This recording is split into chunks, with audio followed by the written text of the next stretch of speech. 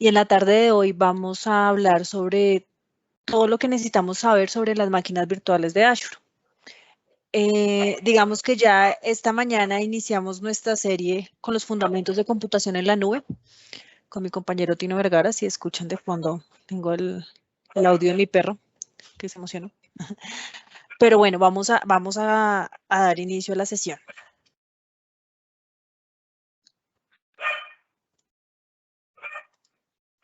Perfecto. Bueno, entonces empecemos hablando de qué son las máquinas virtuales en Azure.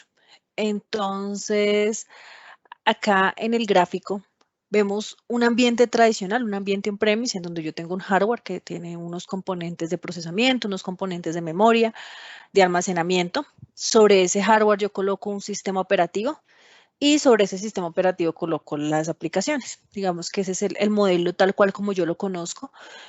Cuando yo hablo de Azure, nosotros hablamos de que las máquinas de virtuales que están dentro de Azure son emulaciones de software, de computadores físicas. Entonces, al ser una emulación, sí se tiene un hardware, digamos que eso se tiene dentro del data center, pero hay un hipervisor que me permite tener las diferentes máquinas virtuales. Entonces, aquí el primer componente importante es entender que nosotros, si bien el trabajo final que se hace con la máquina virtual es muy similar al que se hace en un ambiente on-premise, pues se diferencia en que cada una de las aplicaciones debería, digamos que de acuerdo a las recomendaciones de Microsoft, debería ir en una máquina virtual diferente. Entonces, por ejemplo, nos pasa mucho que tenemos un servidor en el cual le colocamos el controlador de dominio, un software de, no sé, un CRM, la base de datos, todo lo colocamos dentro de una máquina virtual. Lo que hacemos es que virtualizamos, entonces dejamos el controlador de dominio en ese servidor físico y en las máquinas virtuales colocamos las demás aplicaciones. Eso dentro de Azure, ¿cómo se vería? Se vería como una máquina para el controlador de dominio, una máquina para las aplicaciones, para cada una de las aplicaciones. Les mencionaba como en el ejemplo un CRM, una máquina para cada una de las aplicaciones que yo tengo. Ese es el ambiente para la base de datos. ¿Qué es lo que pasa y cómo uno puede llegar a darle manejo a ese nuevo ambiente? Siempre tenemos que tener muy claro lo que se va a colocar allí. Vamos a verlo un poco más adelante, pero llévense ese mensaje. Es muy importante para un ambiente en nube no colocar exactamente lo que se tiene en un ambiente físico, porque muchas veces tenemos clientes que nos envían, incluso nos envían las características de un servidor. Entonces me dicen, Hewlett, tengo un HP y me dan la referencia y necesito poner ese servidor en la nube. Esa información no es tan válida para dimensionar un escenario en nube, precisamente porque hay diferentes características que afectan cada una de esas máquinas virtuales independientes que se tienen. Entonces, por eso es tan importante saber qué tienes ahí instalado, qué ancho de banda tienes y información que vamos a ver un poco más adelante. Entonces, iniciamos hablando de los tipos de máquinas virtuales. Y aquí viene una de las primeras preguntas que yo le hago a los clientes y siempre es, ¿qué vas a poner en esa máquina virtual? Y ahora quiero explicarles esta parte para que vean la razón por la cual se pregunta eso. Microsoft ha determinado diferentes tipos de máquinas virtuales. Digamos que ya tiene un pool de máquinas virtuales que ya están configuradas. Las características de hardware que tienen esas máquinas virtuales vienen predeterminadas y no se pueden cambiar. Entonces, si viene una máquina virtual con 2 virtual CPUs y 8 GB de RAM, y digamos, si alguien quisiera 2 virtual CPU y 10 GB de RAM, pues regularmente no la vamos a encontrar. Podemos encontrar algo similar, tal vez 14, pero exactamente en la misma máquina muchas veces no la encontramos.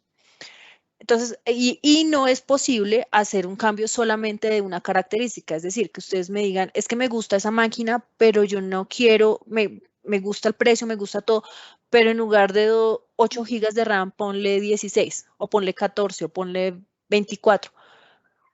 No es posible hacer el cambio de solo una característica, digamos que uno toma toda la máquina como viene configurada, el tipo en el que viene, con el propósito que tiene y demás. Entonces, es importante por esa razón saber qué está instalado en la máquina o qué quiero poner en la nube, cuál es la necesidad que quiero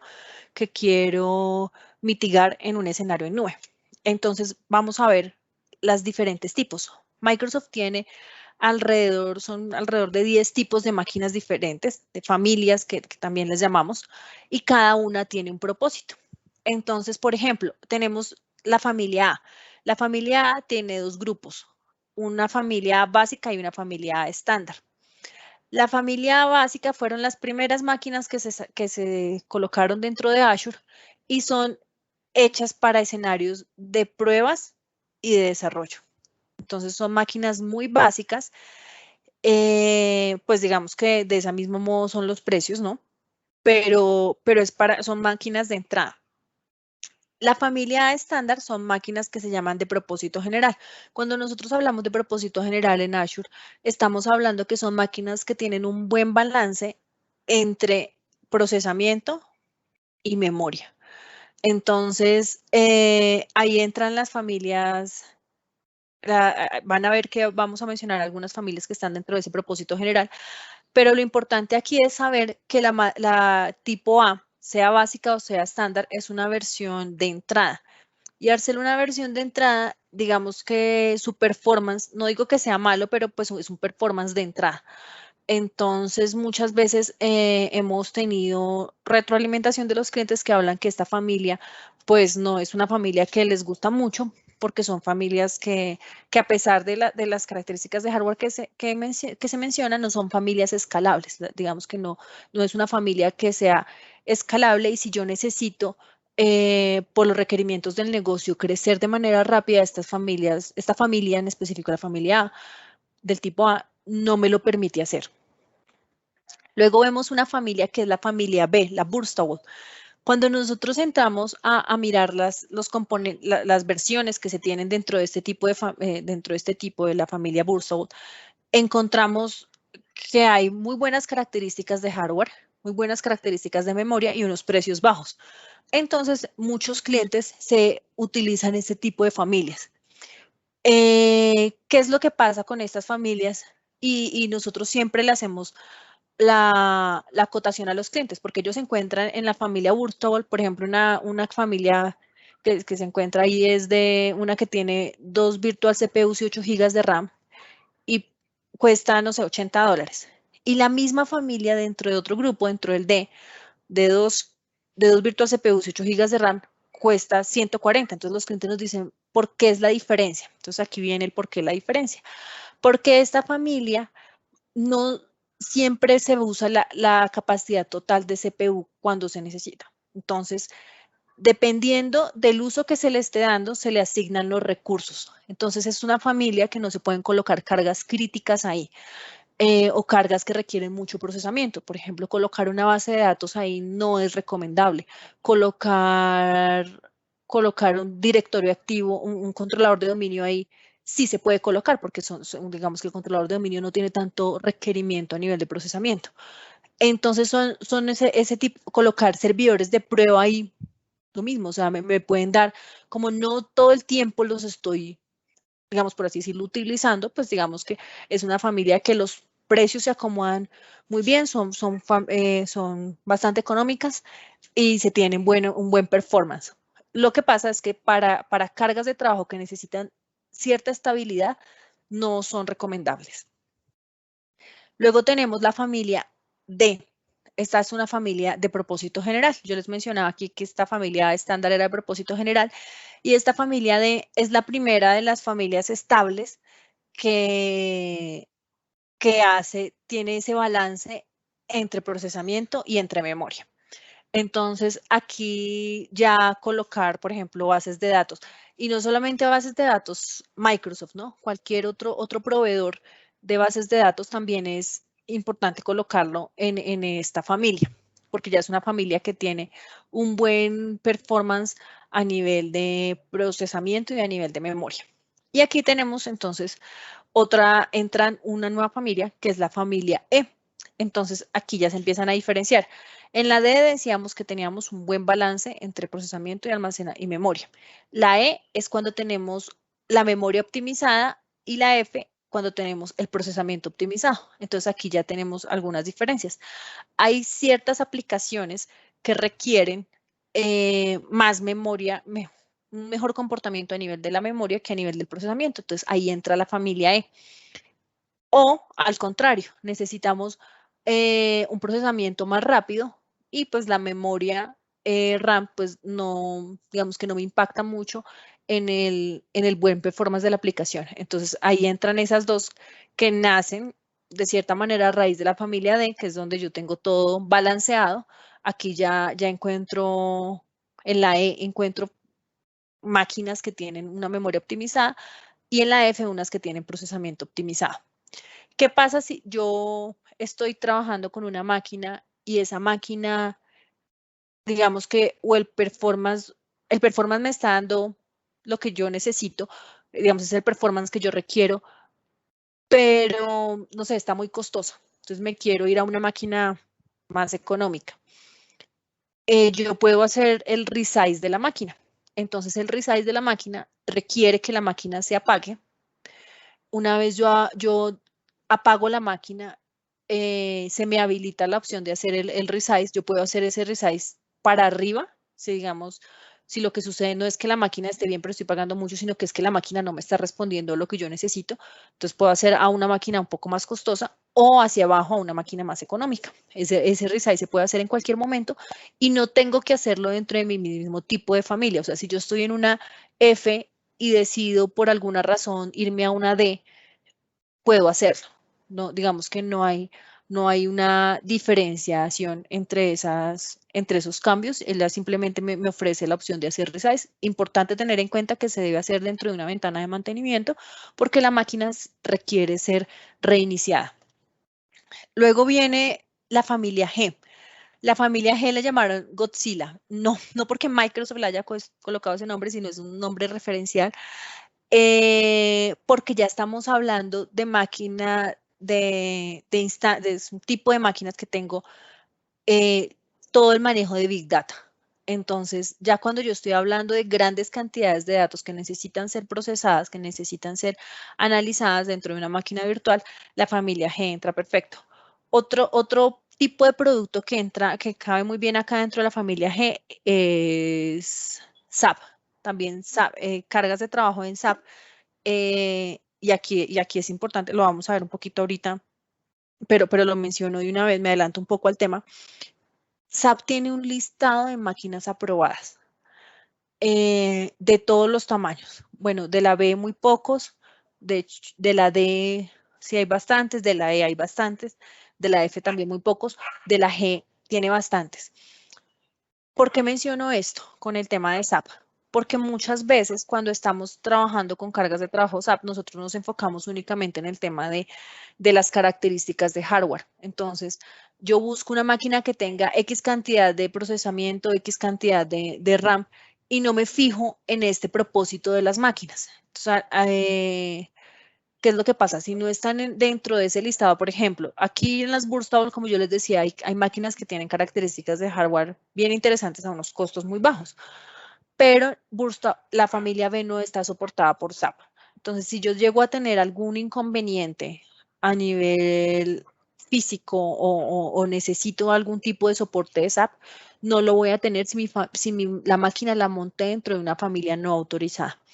Entonces, lo menciono porque pues dentro de esta familia BG, a pesar de que pues su propósito principal es el manejo de Big Data, las cargas de trabajo de SAP también se ajustan muy bien a esa familia y pues ahí va la cuña de que SAP tiene un listado, si ustedes necesitan saber un poco más de detalle de cuáles son las máquinas que SAP recomienda, se los podemos pasar, pero es importante tenerlo en cuenta, que hay un listado y que yo pierdo el soporte si mi máquina, si no estoy utilizando una de las máquinas de ese listado.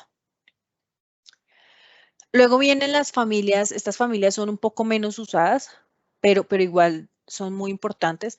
La familia H es una familia que tiene cómputo de un performance bastante alto. Entonces, aquí ya vienen temas de, Azure tiene un servicio que se llama Azure Genomics, que es para todo el análisis del genoma humano y demás, ya para temas científicos, ya que requieren procesamiento, pero también mucho almacenamiento de data y para hacer temas de modelamientos. Ese es un servicio adicional, digamos que lo menciono en este punto porque cuando se une con una máquina que captura datos, pues ya Genomics la analiza, pero cuando tenemos una máquina que necesita tener de cierta manera también todo el tema de Big Data, pero también, pero no solo almacenar esa gran cantidad de datos, sino también procesarlas de manera muy óptima, entra la familia H. Tenemos la familia L. La familia L, entonces ahí ya son para instancias que necesitan una cantidad de IOPS mayor. Son, digamos, ya tenemos que tener discos más grandes, entonces ya encontramos mucho más almacenamiento. Digamos que nosotros dentro de Azure tenemos unos límites de almacenamiento, pero estas máquinas me permiten tener grandes cantidades de datos almacenadas con unos entrada y salida pues mayores, ¿no? Luego tengo la familia M, que es una familia que también está muy bien catalogada y también tengo varios, por así decirlo, ejemplares dentro de esta familia que hacen parte de las máquinas aprobadas por SAP, porque pues ya estamos hablando de familias con capacidades de memoria muy grandes, hasta 3.5 terabytes de RAM.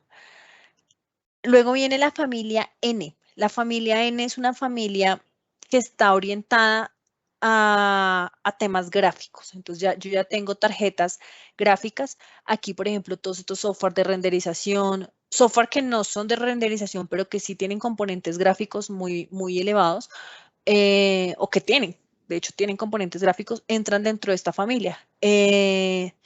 Aquí lo importante es saber el software, por eso les mencionaba que saber qué aplicación se va a colocar ahí es fundamental, porque hay unos software especiales, sobre todo este tema de renderización y gráficos, que tienen unas exigencias específicas a nivel de la tarjeta gráfica que requieren. Entonces, si yo en estos casos, el ejercicio que se hace es un ejercicio al revés, o sea, ¿cuál es el software que tengo?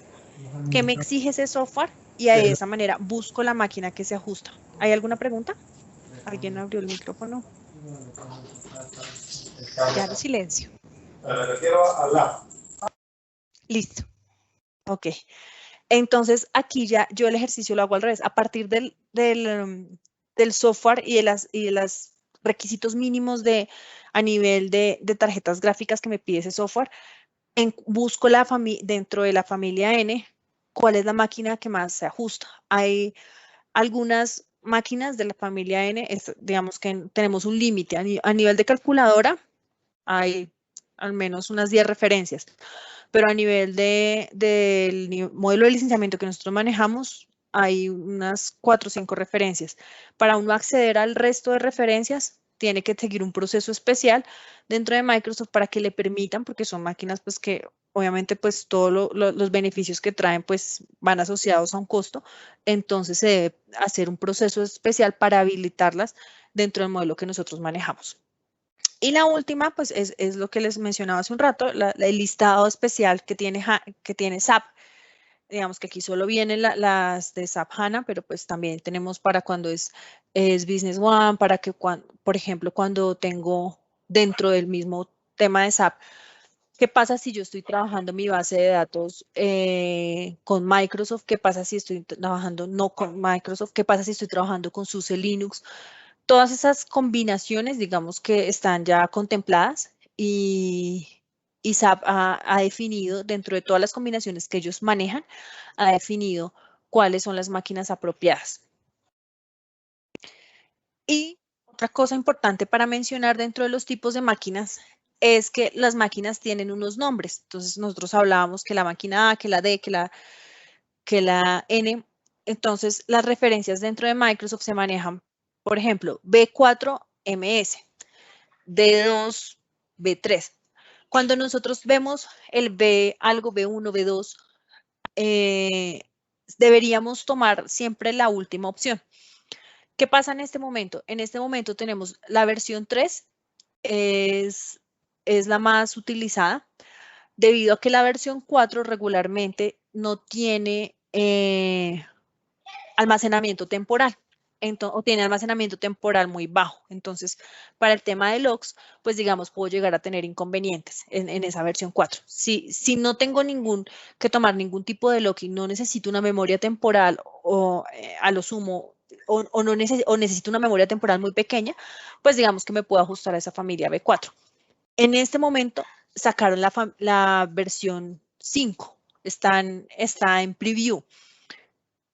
Es algo interesante porque digamos que a nivel de dimensionamiento en la calculadora no aparecen todavía, pero sí aparecen los precios y de hecho si yo quisiera montar una máquina en la versión 5 lo puedo hacer, pero como están en preview están bastante económicas, entonces uno de momento puede aprovechar esas ventajas.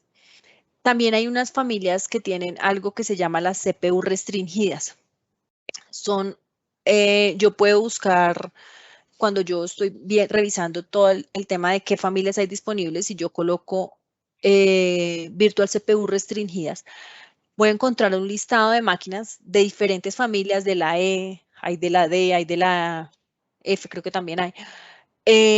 Hay de diferentes tipos, pero lo importante es que tienen un mecanismo que les permite ser más económicas en caso de que yo tenga una base de datos SQL. ¿Por qué? Ustedes saben que el licenciamiento de SQL, o bueno, si no lo saben, se los comento. El licenciamiento de SQL es dependiendo de los cores que tenga la máquina virtual, ¿no? Entonces, ¿qué es lo que pasa? Pues digamos, no es lo mismo si la máquina tiene 4, si tiene 8, porque pues ya el tema a nivel de licenciamiento, pues cambia, el valor cambia. Entonces, ¿qué hizo Microsoft? Sacó esas máquinas de Virtual CPU restringidas que lo que hacen es que tienen dos tipos de Virtual CPU, por así decirlo. Una que está dirigida hacia el licenciamiento, entonces, y otra que está dirigida hacia el uso. Entonces, uno dentro de esas Virtual CPUs encuentra máquinas que dice 2 Virtual CPUs para licenciamiento, 4 Virtual CPUs para trabajar. Entonces, que me garantizan un buen performance, pero voy a tener un costo más bajo porque la parte de licenciamiento está cubierta con las Virtual CPUs que están dirigidas hacia el licenciamiento. Entonces, lo menciono también porque no, a pesar de que no hace parte de la clase de los tipos de familia, es como un grupo aparte de máquinas que salieron. Estas máquinas salieron noviembre de 2020, tal vez. Pero hacen que los costos de licenciamiento de SQL sean más bajos, están dirigidas específicamente para máquinas virtuales que tienen SQL Server, no porque tengan alguna restricción, sino porque ese beneficio realmente se ve. O sea, si la máquina tiene solamente Windows, pues no voy a ver ningún beneficio. El beneficio realmente se ve si esa máquina tiene Windows y además tiene SQL. Y volviendo un poco a los tipos de máquinas, yo les mencionaba que las máquinas tienen dentro de sus nombres algunas letras. Cuando nosotros encontramos, por ejemplo, estas máquinas que tienen dentro de su nombre la letra S, por ejemplo, DSV2, entonces, lo de las versiones, les decía, traten de tomar las últimas versiones. Hay una, digamos, la V1, ustedes no la van a encontrar, simplemente se llama, por ejemplo, DS. Esas procuren no tomarlas porque son máquinas que Microsoft ha ido sacando. Entonces, cuando uno encuentra, por ejemplo, la D1, la DS1, esas máquinas ya no existen. O sea, si yo la puedo dimensionar, pero cuando la voy a montar no la encuentro. Y no la encuentro porque Microsoft saca una nueva versión, o sea, sacó la versión 3 y fue eliminando la versión 1. Y así va sacando.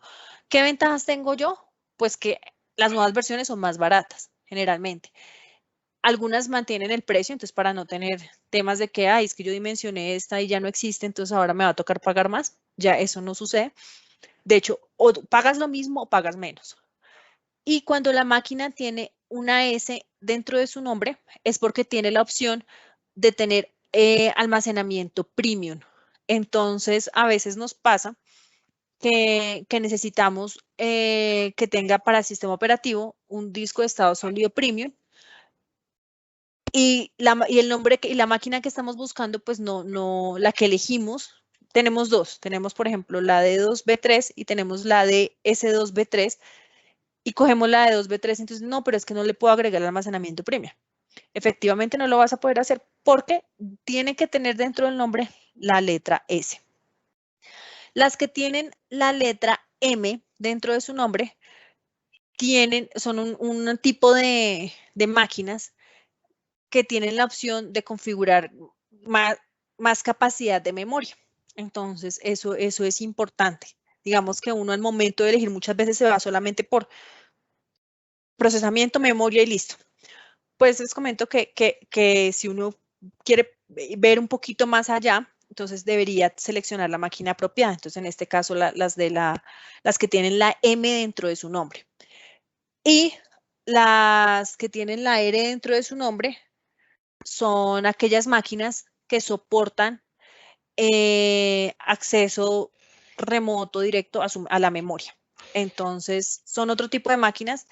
Recientemente sacaron otras dos que no están aquí, que son la D y la A, que tienen también sus características hacia futuro. Entonces, es importante tener en cuenta, pero estas son las más relevantes. La que me permiten Storage Premium, la que me permite tener un crecimiento a nivel de memoria y las que me permiten tener un acceso directo a la memoria. ¿Alguna pregunta hasta ahí? ¿Continuamos? Bueno, voy a continuar. ¿Qué requisitos necesito yo para dimensionar una máquina virtual? Ya les mencionaba, el más importante es saber cuál es el uso que se le va a dar a esa máquina virtual. ¿Cuál es la necesidad? Tener una charla muy clara con el cliente y más allá de unas características de hardware, saber qué se va a poner ahí. ¿Qué otros requisitos tengo? Entonces, aquí lo vemos, esto es un pantallazo capturado de la calculadora de Microsoft. Y lo primero que vemos dentro de la calculadora es la región. La región son todos los data centers de Microsoft en donde yo puedo colocar mi infraestructura. ¿Qué es lo que pasa? Que el precio varía entre las regiones, puede variar cerca de un 10% dependiendo de la región. Además, no solamente en el tema del precio de la máquina en sí, sino también que ya, por ejemplo, si coloco, no es que esté limitada, sino, por ejemplo, si yo coloco una máquina, yo estando aquí en Colombia y coloco mi máquina virtual en, no sé, en Alemania, no significa que no la pueda colocar. Yo la puedo colocar, lo que pasa es que el precio va a ser diferente a colocarla en Estados Unidos, que es, digamos, el data center que nos queda más cerca acá a todos en Latinoamérica. Bueno, casi todos, menos a la gente de Brasil y Argentina. Pero digamos que ahí el precio va a ser diferente y además voy a tener que tener en cuenta unos costos de la transferencia de datos entre regiones. Entonces, eso es importante. Y aquí me voy un poquito, al siguiente slide ya me regreso, para utilizar una herramienta que nosotros utilizamos para determinar cuál es la región más apropiada para mí. Entonces, ven aquí abajo, hay un link que se llama de Azure Speed Test. Yo allí puedo seleccionar los data centers, puedo seleccionarlos todos, puedo seleccionar los de Latinoamérica, los de Norteamérica, los que yo quiera. Y él me va a dar la latencia promedio que yo tengo en cada data center. Entonces, por ejemplo, en el caso que se muestra en la imagen, el data center para esta imagen más apropiado es el del Brasil. Les mencionaba que no todos, digamos, a pesar de que estamos en Latinoamérica, muchos países, nuestro data center más apropiado no es ese. Por ejemplo, en Colombia, en Perú, nuestros data centers más apropiados son los que están en el este de Estados Unidos, porque tenemos una menor latencia con esos. En Centroamérica, pues también, cuando saquen el data center en México a producción, pues seguramente el de México será mejor para Centroamérica. Pero de momento, y digamos que para que todos lo tengan en cuenta, este Azure Speed Test es un sitio público en donde yo puedo revisar cuál es el data center con el que menos latencia tengo. Y de esta manera, en esta sección, yo elijo la región más apropiada para mí. Ustedes pueden ver y hay regiones más costosas, hay regiones más económicas, pero yo debería elegir con la que menos latencia tenga para que tenga una buena experiencia. La siguiente opción que yo necesito saber es el sistema operativo. Entonces, aquí hay que tener varios temas en cuenta. El primero, Hay dos opciones, que sea Linux o que sea Windows. Si es Linux, yo necesito saber de qué tipo, si es CentOS, si es Ubuntu, con qué proveedor están trabajando.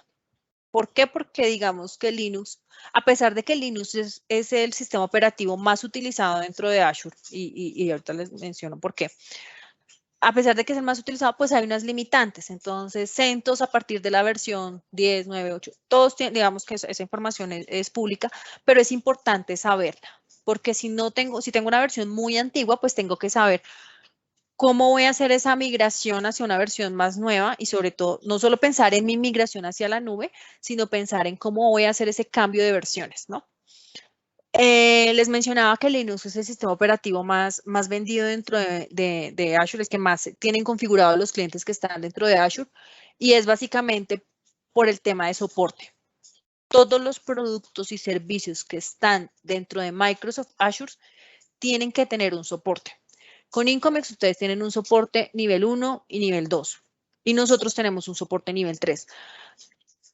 Pero digamos que cualquier persona natural que monta un servidor Linux en sus instalaciones, pues nada, ellos mismos son el ingeniero que lo montó es el ingeniero de soporte de ese sistema operativo.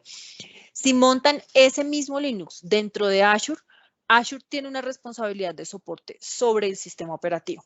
Entonces, por esa razón, muchos clientes que no son muy amigos del sistema operativo Windows, que vienen trabajando con Linux, pues prefieren montar esas máquinas en Azure porque de esa manera están logrando adquirir un soporte sobre el sistema operativo que regularmente no tienen.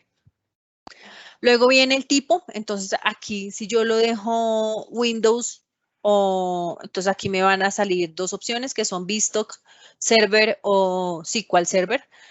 Entonces, si yo coloco aquí Linux, entonces aquí con qué distribución, con CentOS, con Ubuntu, con cuál me voy a ir. Entonces, estas dos opciones van íntimamente ligadas. Luego viene el tier. Aquí me aparecen 3 tier y dependiendo del tier que yo elige, pues estamos hablando de los costos. Tengo básico, tengo low priority, tengo estándar. La estándar viene por defecto y digamos que si bien es la más alta, es la más costosa, es la que se aconseja colocar, porque es la que se coloca cuando tengo cargas de producción. Entonces, yo no solamente el tamaño de la máquina me influye en eso, sino que también el tipo de máquina o la familia que utilice me influye en esos temas de producción o pruebas, sino también el tier que yo elija. Se recomienda siempre, incluso si tengo escenarios de pruebas, que lo dejemos en estándar. Y que más bien elijamos una máquina, por ejemplo, para el caso de escenarios de prueba, una máquina que está más orientada hacia las pruebas. Luego viene la instancia, entonces ustedes pueden ver acá, ven el procesamiento, ven la memoria RAM y ven el almacenamiento temporal. Entonces, como su nombre lo indica, es almacenamiento en el cual no se deberían colocar la data. Este precio que me da es el valor por hora. Lo que me está indicando es que las máquinas virtuales se cobran basadas en un consumo por hora de ese cómputo. Entonces, no es lo mismo tenerla prendida 24/7 a generar un automation que se llama en Azure para apagarla y prenderla. Entonces, si es una máquina que es una carga crítica, pues no sé si tengo, por ejemplo, un directorio activo que no tiene mucho procesamiento, pero es una máquina que yo no puedo apagar, pues porque el tema de los registros, entonces, pues, digamos, no la puedo apagar, se aconseja pues que esté siempre prendida o unas ventajas que ahorita vamos a ver un poco más adelante. Si es una máquina que sí, no sé, aquí tengo o la base de datos o el CRM o algo o un aplicativo que no requiere estar 24/7, sino que requiere estar en mi horario de oficina, pues el tema de ahorros es mucho más alto, ¿no? Porque yo estoy pagando realmente pago por uso. Entonces, nosotros siempre dentro de las preguntas que le hacemos al cliente, si ven aquí le hemos preguntado, la región no se la preguntamos, digamos que lo vemos con el speed test, le hemos preguntado el sistema operativo, el tipo y le hemos preguntado qué va a hacer la máquina para determinar qué instancia tomamos. Adicional, le podemos preguntar para verificar el tema de horas si es posible que la máquina se encienda y se apague, porque eso hace que los costos se vean, digamos que se ven afectados para bien si la máquina se puede apagar. Entonces, muchas veces la experiencia en la nube, si yo la comparo tal cual con lo que tiene el cliente físicamente, puede ser que tenga un server subutilizado, pero si yo hago la comparación, puede que al final el resultado sea que la nube me sale más costoso, pero esa no es la realidad. La realidad es que yo puedo tener una máquina con unas características diferentes, que tienen un muy buen performance y que son más económicas, pero como me puse a comparar características físicas versus características nube, pues puedo salir más costoso. Entonces, por eso es tan importante para determinar la instancia más adecuada, saber cuál es el uso que se le va a dar a ese servidor. Bueno, el siguiente es el Azure Speed Test. Me salto un poquito más aquí adelante. ¿Qué otras características tengo? En cómputo. Ustedes ven acá esta opción y me habla de las instancias reservadas. Instancias reservadas es un beneficio de ahorro que sacó Microsoft para aquellos clientes que buscan tener, que pueden tener un compromiso a un plazo más largo. Es decir, yo tengo un contrato con el cliente por 3 años, la máquina no la vamos a hacer muchas modificaciones, y entonces queremos que esa máquina sea la que se maneje. Entonces Microsoft dice, por ustedes aceptarme ese compromiso, yo le voy a dar un descuento sobre el cómputo. Y aquí quiero hacer una diferenciación.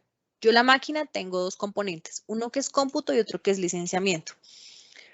El descuento es sobre el cómputo solamente. El licenciamiento sí me lo cobran el fee mensual sin mayor variación. Sin variación, de hecho. Ese descuento sobre el cómputo puede llegar a ser hasta un 85% dependiendo de la máquina. No todas las máquinas, no, digamos que este descuento no va por familias, no va por características específicas, sino que Microsoft lo pone. Yo esto lo puedo hacer con una máquina Linux, lo puedo hacer con una máquina Windows y lo puedo hacer solamente en dos opciones. Una es a 1 año de reserva o a 3 años de reserva. Yo puedo elegir cualquiera de las dos, digamos que en este caso específico, ustedes ven acá que a 1 año de reserva me dan un 41% de descuento. Este descuento no lo da Incomment, lo da Microsoft directamente. Y en 3 años de reserva lo puedo hacer, puedo tener un 62% de descuento. Yo les mencionaba ahorita un controlador de dominio. Como es una máquina que yo no puedo apagar, pues realmente me sale más barato tomar una reserva. Si es una máquina que yo sí puedo apagar, regularmente la matemática no me da. La matemática me dice, apaga la máquina, no reserves. Pues porque estas reservas se usan en aquellas máquinas que necesitan estar encendidas 24/7. Yo este pago lo puedo hacer un pago por adelantado o puedo mantener el pago mensual. Entonces a mí me dan mi descuento, pero yo sigo haciendo el pago mensual. ¿Qué tengo que tener en cuenta en esta reserva? Que yo ya debo estar seguro de cuál es la máquina que elegí. Regularmente, lo que se le aconseja a los clientes es que prueben en pago por uso, es decir, con la máquina sin compromiso de reserva, prueben con un mes o unos días por lo menos para estar seguros de que esa máquina es, y una vez ya sepan que el performance cumple con los requisitos de la empresa y cubre las necesidades de la empresa, entonces reserven. ¿Por qué? Si yo decido en unos meses bajarme del compromiso, Microsoft me coloca una multa del 12% del valor restante, o sea, de lo que le debí pagar a Microsoft en el compromiso. Entonces es importante estar seguros cuando uno hace una reserva de que esa máquina es la máquina que yo voy a usar. Luego viene el tema de sistema operativo. Esto es para el caso de Windows. Acá yo tengo dos opciones. Uno que es la licencia incluida y la otra que es un Azure Hybrid Benefit. Creo que por temas de tiempo lo voy a mencionar de una vez porque lo tengo más adelante, pero lo voy a mencionar de una vez. Microsoft le ha dado una ventaja de beneficio híbrido a los usuarios que ya compraron el licenciamiento por algún otro modelo de licenciamiento, por ejemplo, por Open.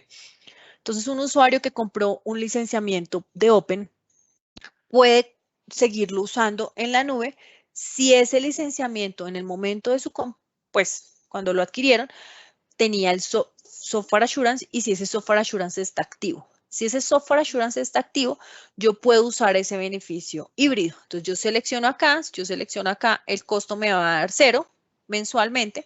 Al momento de configurar la máquina lo mismo, le digo que yo tengo mi licenciamiento y él hace las verificaciones. ¿Qué tipo de verificaciones hace? Que si yo compré SQL estándar, tenga configurada la imagen de SQL estándar. Que si compré SQL Enterprise, pues tenga la imagen de SQL Enterprise. Ese tipo de coincidencias. No es que yo compré la de estándar, pero monté Enterprise, no. Eso todo debe coordinar. Y otra cosa que no la mencioné anteriormente, pero que la voy a mencionar en este momento, es el Windows Server. Windows Server en Azure solamente existe una versión y es la versión Data Center. Entonces, todas las imágenes que yo veo a mí en ningún momento, y ustedes lo vieron, en ningún momento me preguntó, ¿es 2016, 2019, 2012? No, a mí me preguntó Windows o Linux, porque el año no me interesa. Dentro de Azure, para mí es indiferente. O sea, yo tengo un listado de imágenes, yo puedo coger la que yo quiera o la que necesite. Pero lo que sí tengo que tener en cuenta es que esa imagen que yo estoy cogiendo dentro del listado de opciones que me da Microsoft, esa imagen es una imagen de Windows Server Data Center. Entonces, si yo quiero utilizar el beneficio híbrido de Azure, debo garantizar que ese licenciamiento que tiene Software Assurance activo es de Windows Server Data Center. No puede ser estándar porque no coincidirían al final el montaje con respecto a lo que yo compré. Luego viene acá en la calculadora la opción de discos administrados. Este disco administrado que está acá es el disco de sistema operativo, no es el disco de datos. Cuando yo estoy configurando la máquina, él me dice qué tipo de máquina, qué tipo de disco quieres ponerle. Entonces, ¿quieres ponerle disco de estado sólido o le quieres poner un disco mecánico? ¿Cuál quieres? Eso es desde el punto de vista de configuración. En la configuración, yo en ningún momento elijo el tamaño del disco de sistema operativo.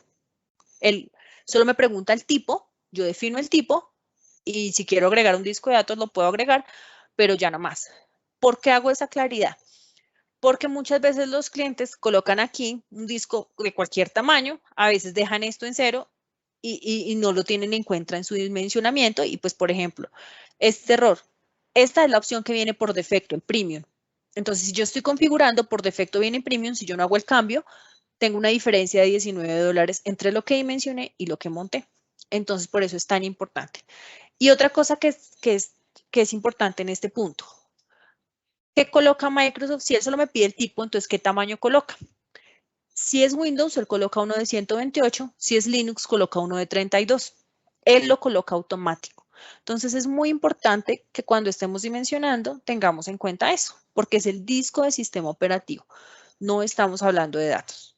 Entonces, esta parte es fundamental. La menciono porque, digamos que aquí encontramos muchos temas. Y luego viene el último punto que viene dentro de la configuración de una máquina virtual y es el ancho de banda. Esto antes venía separado, ya afortunadamente Microsoft lo colocó, porque es un rubro que siempre me cobran. Las primeras 5 gigas son gratuitas. Y ojo, es la transferencia de salida. Todo lo que entra a Microsoft es gratuito, pero la data que sale sí tiene un costo a partir de la sexta giga. Entonces, es importante también tener en cuenta un aproximado de cuánto va a ser la cantidad de data que va a salir de Azure.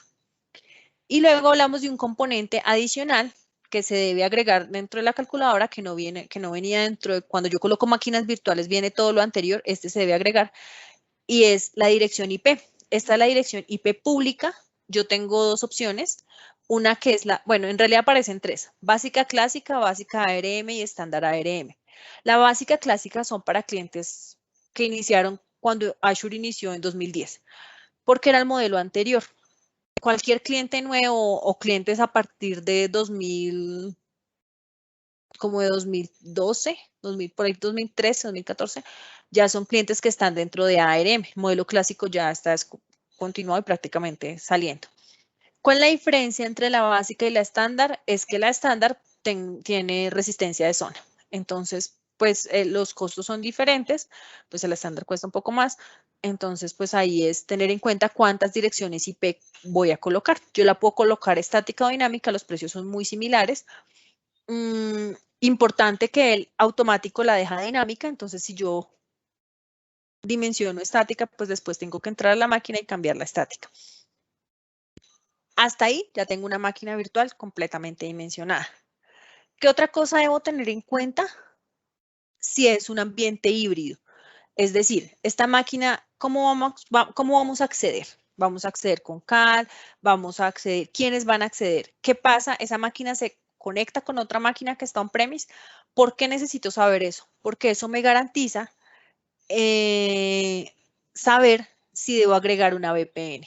Esta VPN puede ser punto a sitio, puede ser sitio a sitio. Eso no se determina en los costos por ahora. Digamos que aquí que es importante tener en cuenta, nuevamente la región que coincida con la de la máquina. El tipo, ExpressRoute, si yo configuro que ya es un servicio especializado con proveedores determinados por Microsoft para tener un ancho de banda dedicado. O si no estoy utilizando el servicio, sino es una VPN regular. Luego viene el tier. Aquí viene diferentes SKUs. Aquí hay que tener cuidado. Aquí hay otro tema de implementación versus dimensionamiento. Y es que regularmente nosotros dimensionamos la básica porque esta básica llega hasta 100 megas. Y regularmente en Latinoamérica nuestros anchos de banda pues llegan hasta ese límite. Luego viene un primer SKU que es a partir de 100 megas hasta 600 y así, y ahí en adelante. Cuando yo estoy configurando, él se coloca automáticamente como el SKU 1, no se coloca básico. Entonces, cuando yo estoy configurando, tengo que tener en cuenta que tengo que hacer el cambio a básico, porque regularmente dimensionamos básico. ¿Por qué estoy mencionando esto? Porque la diferencia en costos es casi $100 entre el SKU básico y el SKU 1 que les mencionaba. Entonces, es importante. Y aquí la conversación es muy orientada hacia cómo se va a hacer el acceso hacia ese servidor. Entonces, cómo va a ser su interacción con otros sistemas, con los usuarios y demás para saber cómo voy a acceder. Todos los dispositivos dentro de esta VPN son dispositivos con un protocolo IPsec 32. Entonces, eso es súper importante, que no solo es dimensionar acá, sino tener en cuenta que en el ambiente físico, si estamos hablando de un modelo híbrido, en el ambiente físico se requiere un dispositivo IPsec 32. Hay un listado que Microsoft tiene sobre los dispositivos que son válidos para este servicio, pero ahí también faltan, ¿no? Ahí, por ejemplo, hay MikroTik, no está dentro del listado, pero sabemos que funciona. Entonces, pero la mayoría, digamos que no estamos hablando de proveedores extraños, rebuscados, sino que son proveedores que efectivamente regularmente se tienen en nuestros ambientes de tecnología. Bueno, esta parte la voy a pasar un poco. Y el beneficio híbrido de Azure, pues ya se los mencioné, es cuando yo tengo software assurance. Entonces yo puedo tener una serie de ahorros dependiendo del licenciamiento, porque por ejemplo, yo les mencionaba, puedo tener la máquina, la parte de cómputo la sigo pagando y si me traigo la licencia por la cual ya pagué, pues digamos que yo puedo pagar un costo muy bajo. Importante, el software assurance que esté activo. Lo mismo pasa con SQL, si estamos hablando de un ambiente de una máquina virtual con SQL, pero si estamos hablando de plataforma como servicio, es decir, SQL como un servicio, pues el ahorro sí es mucho más alto. Entonces, este 85% se ve sobre todo en esos casos, cuando yo estoy hablando de PaaS, de plataforma como un servicio. Pero, pues es importante saber porque muchos clientes han hecho inversiones dentro de su licenciamiento y pues el mensaje no puede ser perdiste el dinero en tu inversión, sino usemos esa inversión para seguir trabajando en nube. Ahora vamos a terminar esta charla hablando de la seguridad en las máquinas virtuales. Es muy importante no solo ver a Azure como un proveedor de infraestructura, sino también mencionar las características que le permiten a Azure entregar servicios, que está muy relacionado con el tema de economías de escala que veían esta mañana, porque esas economías de escala me permite que el usuario, la empresa grande y la empresa pequeña tengan la misma opción de protegerse. Entonces, vamos a hablar primero de un tipo de protección, que es el tipo de protección de DDoS. Entonces, estos son un tipo de ataques que lo que buscan es agotar los recursos de la aplicación. Entonces, pues finalmente nosotros estamos entrando mediante un portal web a la infraestructura de Azure. Entonces, debe haber una protección en esa capa, ¿no?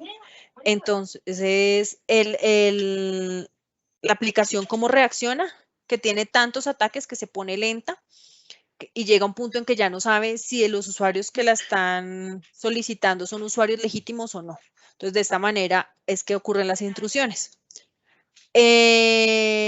Entonces, ¿qué es lo que pasa? Yo tengo dos tipos de ataques, dos tipos de protección de DDoS dentro de Azure. La gratuita, que es la que tienen cualquier usuario que monta una máquina virtual de Azure. Y la de costo, que ya digamos que tiene diferentes tipos de niveles de servicio. Entonces ya aquí ya en la básica yo simplemente viene habilitada. Yo no tengo que entrar a ningún menú o submenú para habilitarla, sino que ya viene habilitada. Y en la estándar, que ya tiene pago, esa sí tengo que entrar para habilitarla, pero aquí no solamente detecto, sino también la puedo mitigar esos riesgos de esas intrusiones, ¿no? Por este motivo, por el motivo de los ataques de DDoS. Este servicio, digamos que busca proteger a las aplicaciones desde el punto de vista de la capa de red, y se puede combinar con otros servicios, si yo ya estoy hablando del modelo estándar, como un balanceador de carga o como el Application Gateway, que es el balanceador de carga para aplicaciones. Entonces, este lo tienen todos los usuarios. Cualquier usuario que monta una máquina virtual dentro de Azure tiene este DDoS Protection básico para detectar esas intrusiones a nivel de DDoS, de ataques de DDoS. Otro tipo de seguridad que se tiene son los Network Security Group. Nosotros le llamamos al Network Security Group como un firewall básico. ¿Por qué? Porque yo puedo hacer filtrado de tráfico de red de entrada y de salida desde el Network Security Group. Cuando yo creo una máquina virtual, automáticamente se me crea un Network Security Group. Un poco diferente con respecto al DDoS es que, a pesar de que ambos se crean automáticamente, este sí yo lo puedo configurar, ¿no? Y yo puedo colocar todas las reglas de entrada y de salida que necesito. Lo decimos que es básico, pues por como les mencionaba, pues no se considera un firewall como tal, porque yo solamente puedo colocar reglas y no más. Tengo unas reglas básicas que ya están creadas. Yo puedo crear unas nuevas colocándolas con mayor prioridad, pero pues lo importante es que sí tengo un nivel de protección ahí. Como les digo, tengo un firewall básico y esas son de las características que el cliente grande y el cliente pequeño lo pueden poner. Adicional, hay un Azure Firewall, sí, si yo lo quisiera poner, tiene un costo, ese ya y está alrededor de los $900, pero pues ya yo con este ya estoy protegiendo mi máquina virtual. Otro tipo de protección que se tiene es a nivel de identidad. El Azure Active Directory no es un directorio activo en sí en nube, sino es un servicio de administración de identidad.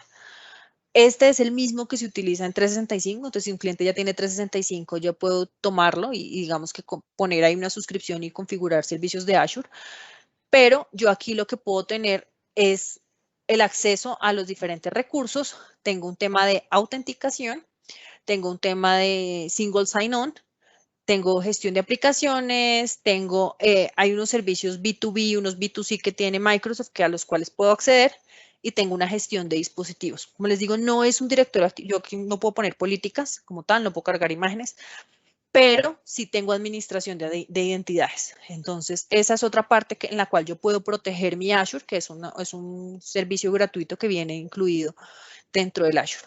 Y también tengo el factor de autenticación, el Multifactor Authentication. El Multifactor Authentication es obligatorio para los administradores, es opcional para los usuarios, pero los usuarios tienen dos formas de tenerlo. Digamos que las categorías es algo que sabe, algo que posee, algo que es. Algo que sabe, pues es una contraseña, algo que posee es, digamos que lo direccione a uno a un teléfono, y algo que es ya un tema ya, no sé, biométrico. Para ese algo que posee hay una aplicación que se llama Microsoft Authenticator. Todas las organizaciones pueden configurar a todos sus usuarios con el Authenticator.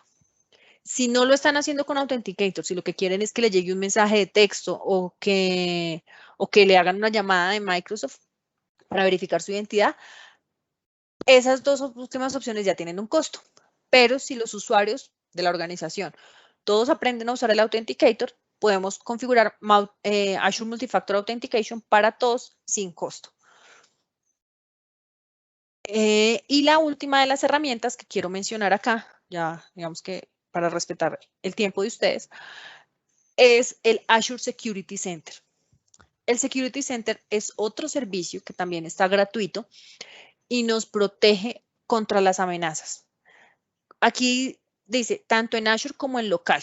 El local tiene ya, digamos, hay una versión, lo mismo, hay una versión gratuita y una versión de costo.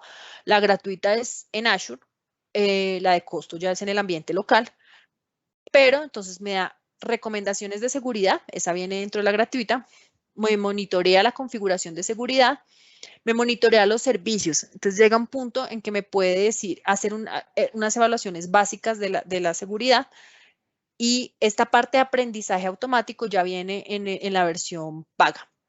Y también el análisis de los posibles ataques. Entonces, la parte de monitoreo, digamos que de cierta manera viene incluida, pero ya cuando quiero hacer alguna remediación, ya cuando quiero aprender, ya cuando quiero tener, digamos, un poco más de control sobre esas intrusiones, pues ya entro dentro de la versión paga. Pero la gratuita, como les digo, de entrada me está dando recomendaciones de seguridad sobre los elementos que yo configuro. Entonces, todos estos beneficios de seguridad que mencioné hasta aquí son beneficios que todos tienen su versión gratuita, algunos tienen su versión de cobro, pero que con solo configurar una máquina virtual uno tiene acceso a ellos. Entonces, se los menciono porque muchas veces nos quedamos en características físicas de una máquina y no le mencionamos esto a nuestros clientes. Y es importante que ellos sepan que el hecho de que ellos coloquen su máquina virtual, su máquina en un ambiente de una nube pública, les garantiza unas características de seguridad que algunas veces ni siquiera tienen en un ambiente físico. Bueno, Marce, Sí, tenemos un par de preguntas en el chat. Nos pregunta Francel, ¿qué hay con el tema de licenciamiento en Azure para lo que respecta a Windows 10 o Server? ¿Es necesario que tengamos licencias propias o con la renta de la máquina virtual incluye la licencia? Existen las dos opciones. Si yo tengo mis licencias propias, me las puedo traer si tienen software assurance. Si no tengo esa opción, dentro de lo que me cobra Microsoft por la máquina, me cobra una parte por cómputo y una parte por licenciamiento. Y ahí vienen cubiertas. Y esa que viene cubierta, digamos que yo ya no me tengo que preocupar de mirar número de cores, nada, ya ahí me está cubriendo lo que cuesta el licenciamiento. Nos dice Diego Fernando, me queda una pregunta. ¿Eso quiere decir que debemos participar sobre la arquitectura de la solución del cliente? Lo veo porque es ayudar al cliente en apoyarlo en escoger la solución antes de comprarla. ¿Ese tipo de consultoría lo tenemos en Incomex? Sí lo tenemos en Incomex, todo el equipo de preventas está a su entera disposición para apoyarlos en esos dimensionamientos, porque para nosotros es fundamental entregar soluciones a necesidades. Entonces, que dejemos de ver a Azure como una simple opción de nube y compararlo con ambientes on-premise, sino tener una necesidad y buscar una solución a esa necesidad. Entonces, si están un poco tímidos, si se sienten que todavía están empezando y necesitan un apoyo, con todo el gusto, cualquier persona del equipo de preventa de Incomex, somos 10 personas alrededor de Latinoamérica, podemos apoyar. También Caribe Inglés tiene su preventa para eso. Ok, tenemos una pregunta más. ¿Qué sucede si tengo una plataforma de ERP y le doy acceso a varios de mis clientes y lo que cambia es que les creo una base de datos para cada cliente? ¿En ese caso puedo manejarlo desde una misma máquina virtual? Yo puedo colocarlo, de hecho, en esos casos lo que se aconseja es tener una máquina para autenticación y una máquina para la base de datos. Porque, ¿qué es lo que pasa? Si tú los direccionas directamente a la base de datos, pues estás exponiendo tu base de datos. Entonces, por temas de seguridad, lo que yo puedo hacer es tener mi máquina, como mi terminal server ahí, en donde voy a recibir a los usuarios y esa la direcciono a la base de datos. Entonces, podría dejarlo en una sola, pero no es una buena práctica porque de cierta manera la estoy exponiendo y si son varios usuarios, pues peor. En cambio, si yo tomo una máquina en donde yo los recibo y esa máquina la direcciono a la base de datos, pues digamos que ahí estoy protegiendo de cierta manera ese acceso a la base de datos.